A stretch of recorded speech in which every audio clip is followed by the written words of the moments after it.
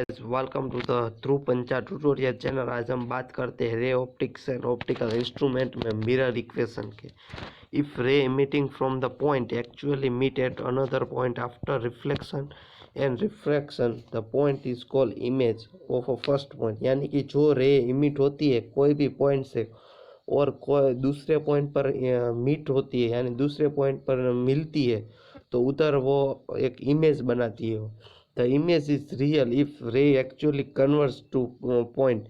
यानी कि जो भी रेज है वो इमेज रियल कब बनाती है, जब वो कन्वर्स होती है। कन्वर्स यानी तो हम बात करते हैं कि ऐसे कोई रे आ रही है सभी और इधर कोई लेंस है तो ये कन्वर्ट जैसे हो रही है तो इसको कन्वर्ट कहते हैं, तो इधर रियल इमेज मिलेगी। और अगर अगर वो डाइवर्ज हो रही है इसको कन्वर्ज कहते हैं। और अगर डाइवर्ज हो रही है ऐसे है ऐसे जा रही है तो इधर मिलती है तो ये डाइवर्ज होती है। तो ये एक बात है। फिर आगे हम देखते हैं कि virtual if ray do not actually meet but appear to diverse from point when produce backward image is thus point to point corresponding with object establish through reflection और रिफ्लेक्शन। तो ये हमारा कॉनकेव मिरर का एक image formation किया गया है जिसमें आप देख सकते हैं ए बी ऑब्जेक्ट है और उससे पैरेलल जा रही है एक सेंटर ऑफ कर्वेचर से लाइन जा रही है। इधर आप देख सकते हैं ये भी है, इसके पैरेलल जा रही है, ये सेंटर ऑफ कर्वेचर से जा रही है और ये फोकस है तो इधर से ये इधर रिफ्रैक्ट होते हैं इधर मिलती है। फिर ये सेंटर ऑफ कर्वेचर तो इधर हमें इमेज मिलती है। ये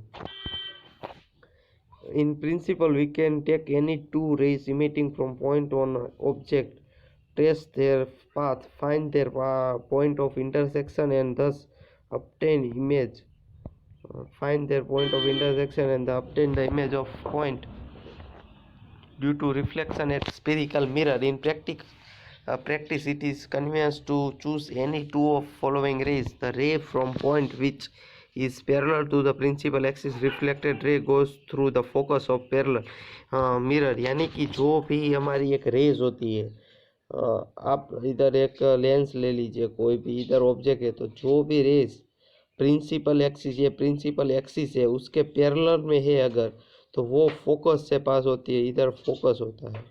ये फर्स्ट पॉइंट में किया गया कहा गया।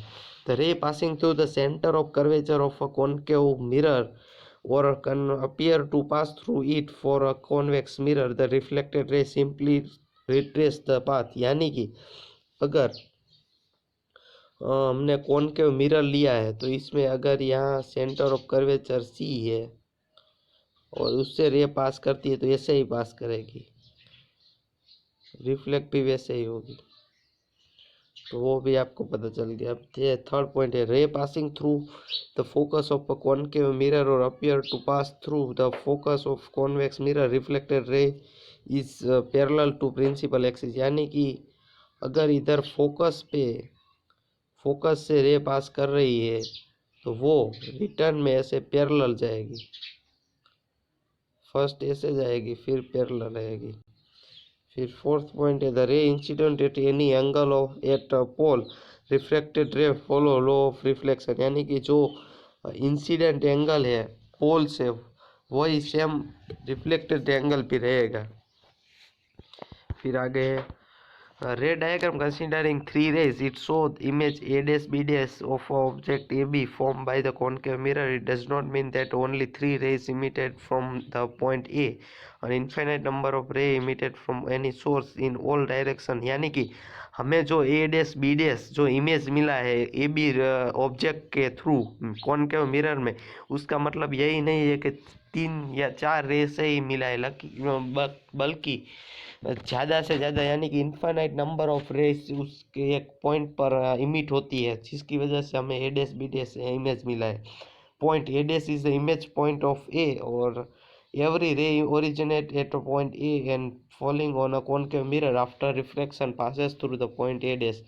तो हमें जो ए डैश मिला है वो पॉइंट ए से आया है और उसका ओरिजिनेट एट पॉइंट ए है और कोई भी रेज जो कॉनकेव मिरर में फॉल होती है वो आफ्टर रिफ्लेक्शन वो पॉइंट ए डैश से पास होती है। Now we derive the mirror equation of relation between object distance u, image distance v and focal length f।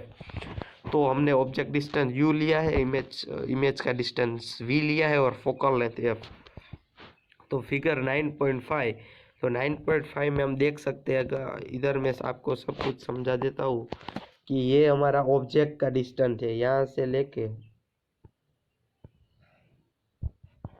ये ऑब्जेक्ट का जिसको हम v से डिनोट करते हैं, फिर ये इमेज का है, ये इधर आपको दिखाई दे रहा है, ये u है, ये v है इमेज का, फिर ये f है फोकल लेंथ का। तो आप देख सकते हैं। अभी हम आगे देखते हैं तो इसमें क्या डिराइव किया गया है। Two right angle triangle A dash b f and m p f are similar. A paraxial ray MP can be considered to be the straight line perpendicular to CP, therefore तो हमारी ये right angle triangle है दो, ए dash B dash F, यानी कि ये image वाला ए dash B dash और एफ फोकल वाला, और ए बी पी वो भी राइट एंगल ट्रायंगल है, और एम पी एफ वो भी सिमिलर ही है। तो उसकी वजह से हमें कॉन्ग्रुएंट रूट सिमिलर का लगा है, तो हमें इधर वैल्यू मिल गई है b dash a dash divide by B A is equal to B dash f divide by f p. और ये राइट एंगल ट्रायंगल है तो उसके एंगल भी सिमिलर होंगे, तो वैसे हम प्रूव करके हमको b dash p by upon b p मिला है। तो ये हमारा बी डैश पी यानी कि ये इमेज का डिस्टेंस v अपॉन यू मिला है। तो v अपॉन यू ये b dash p upon b p यानी कि v अपॉन यू, तो उसको ही मिरर इक्वेशन बोलते हैं। अभी उसकी वैल्यू यानी कि u और v में कन्वर्ट करेंगे तो हमें बी डैश पी यानी माइनस वी, एफ पी यानी माइनस एफ, बी पी यानी माइनस यू। ये माइनस क्यों है? क्योंकि वे इंसिडेंट रे के अपोजिट में डिस्टेंस उसका मेजर किया गया, यानी कि वो कॉनकेव मिरर रहेगा तो उसके साइन सभी नेगेटिव में ही होंगे, क्योंकि वो इंसिडेंट रे के अपोजिट में है। अगर इंसिडेंट रे की सेम डायरेक्शन में कोई भी डिस्टेंस होगा तो उसको पॉजिटिव लिया जाएगा, अगर अपोजिट में होगा तो नेगेटिव लिया जाएगा।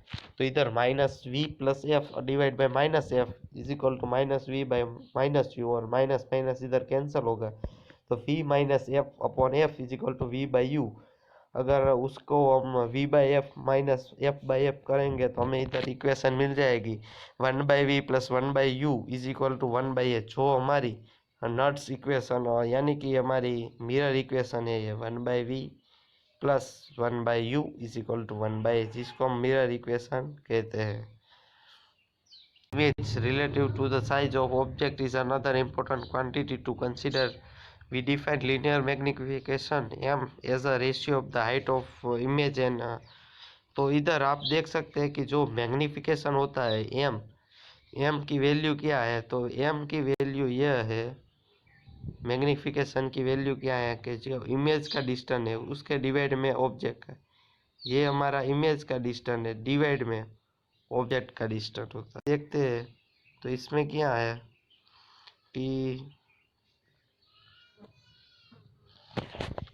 B dash A divide by B A is equal to B dash P divide by B P. ये हमारा क्या है कि हमारा पॉजिटिव और नेगेटिव हाइट की वजह से, उसके साइन कन्वेंशन की वजह से, और इसमें ट्रायंगल ए डैश बी डैश पी और ए बी पी उसका लिया गया है।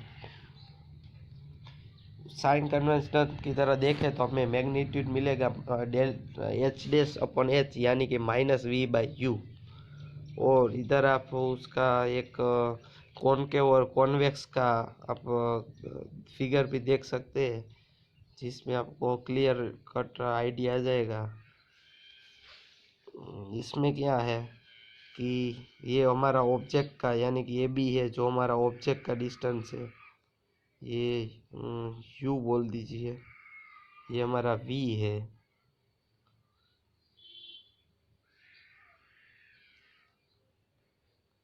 ये इमेज का है, ये ऑब्जेक्ट का है, और इधर रे डाइवर्स होके ऐसे ऐसे इन्फिनिट की तरह जाके इधर मिलती है,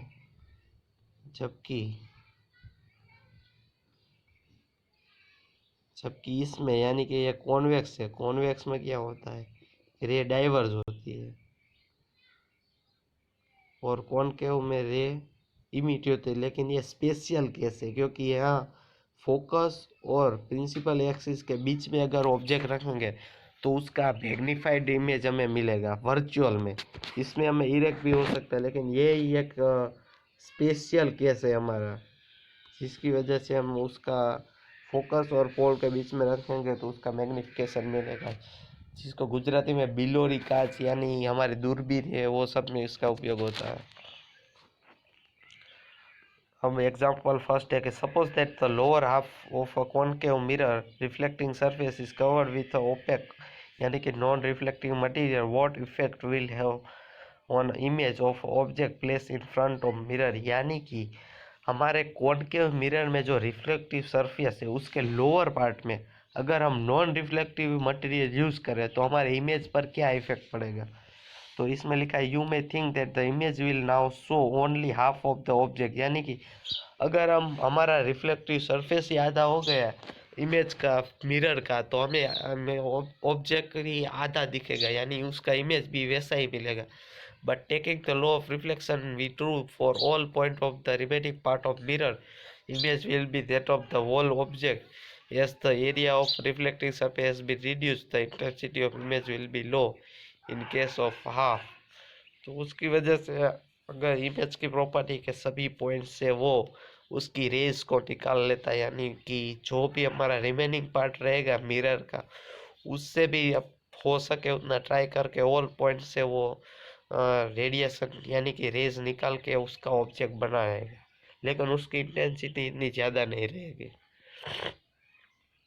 इधर आप एक एग्जांपल भी देख सकते हैं जिसमें लिखा है object is place at 10 centimetre and 5 centimetre in front of a concave mirror. यानी कि हमारा कॉनकेव मिरर है उसमें एक ऑब्जेक्ट की बात की गई है of a radius of curvature 50 centimetre, fine position nature and magnification image. तो उसकी फोकस इधर क्या है, ऑब्जेक्ट का डिस्टेंस है, ऑब्जेक्ट का डिस्टेंस यानी कि यू क्या आएगा, माइनस में आएगा क्योंकि ये नेगेटिव डायरेक्शन में आएगा, इंसिडेंट रे के अपोजिट में होगा। तो u -10 है तो उसका form 1/v plus 1/u is equal to 1/f। तो उसी की तरह हमें इधर वैल्यू पुट करना है, f की वैल्यू -15/2 क्योंकि इधर हमको रेडियस दे दी है r इज इक्वल टू 15 यानी f is equal to r/2 वो हमको पता ही है। तो v यानी कि -30 आएगा, m is equal to -v/u magnification जिसकी वैल्यू -3 आएगी, और यहाँ हमें रियल इन्वर्टेड और मैग्नीफाइड इमेज मिलेगा। और ये दूसरा पार्ट है कि हमारा अगर डिस्टेंस -5 सेंटीमीटर रहेगा तो हमें क्या मिलेंगे, तो सेम प्रोसेस से हम फाइंड कर सकते हैं।